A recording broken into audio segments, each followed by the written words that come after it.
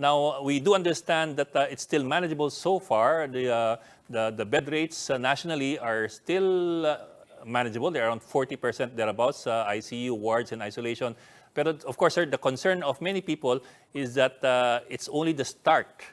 It's only the start of what may be a surge this week and next, which raises the question na should we be cutting back more on mobility than we already have?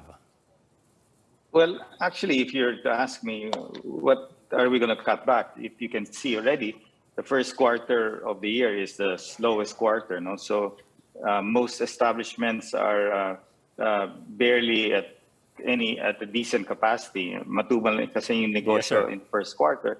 And not only that, lahat ngayon takot kasi you just talk to anybody, every family is infected. My family, about 2 or 3 have been infected, my daughter.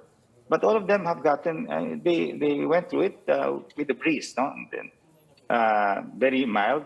And if you're able to get this drug called molnupiravir, Molnupiravir, it works quite well, no? Then there are more suppliers for this drug coming out, no? So that's going to be good. Prices will go down. No?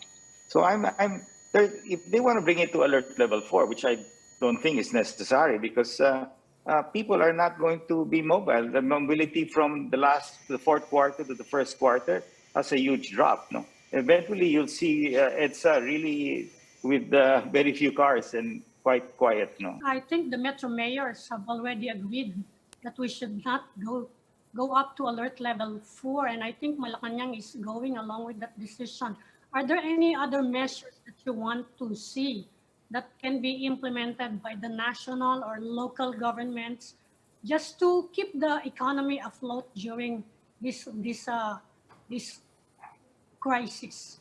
Well, I think the best thing that has happened is the Metro Manila mayors have restricted the movement of the unvaccinated by really getting them to stay home, and that's for actually their own safety and their own health. No, because if they get sick, then we have problems.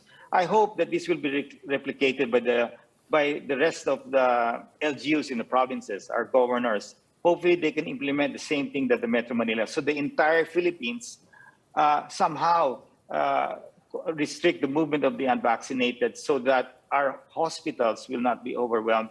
And more importantly, our healthcare workers. No, I mean, that's going to be a challenge, the healthcare workers. We can see that also in the airlines. We can see that everywhere. Even our front line are affected. Many of our merchandisers are affected. Everybody out there in the field exposed right now, the level of infection is tremendous. As you said, the positivity is close to 50% right now. So the same thing is happening in the private sector. So what more, the unvaccinated, we have to protect them by restricting their movement. And in that way, we have the arsenal. We have 100 million, close to 100 million doses right now of vaccines. So we have to do that because we have to really put a sense of urgency, that those unvaccinated should not wait. They should take the vaccines because it's right there in the storage. No? So this move of the Metro Manila mayors hopefully will be replicated all over the country. How is your initiative for vaccine procurement? Is it going to be further ramped up in the coming months?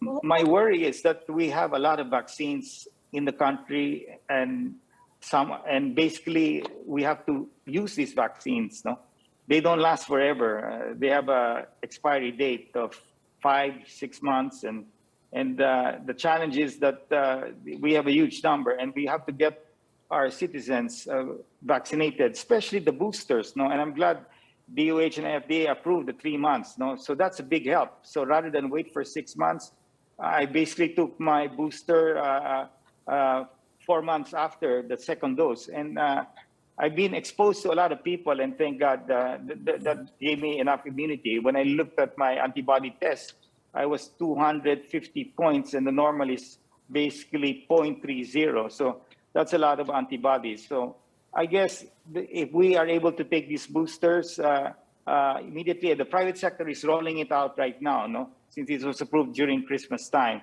But of course, we are faced with a lot of challenges. A lot of employees are also sick, so they can't take it, so they have to wait. But we are rolling it out as fast as we can to get our employees, protected, and if they get hit by Omicron, with these booster shots, it will be mild. No?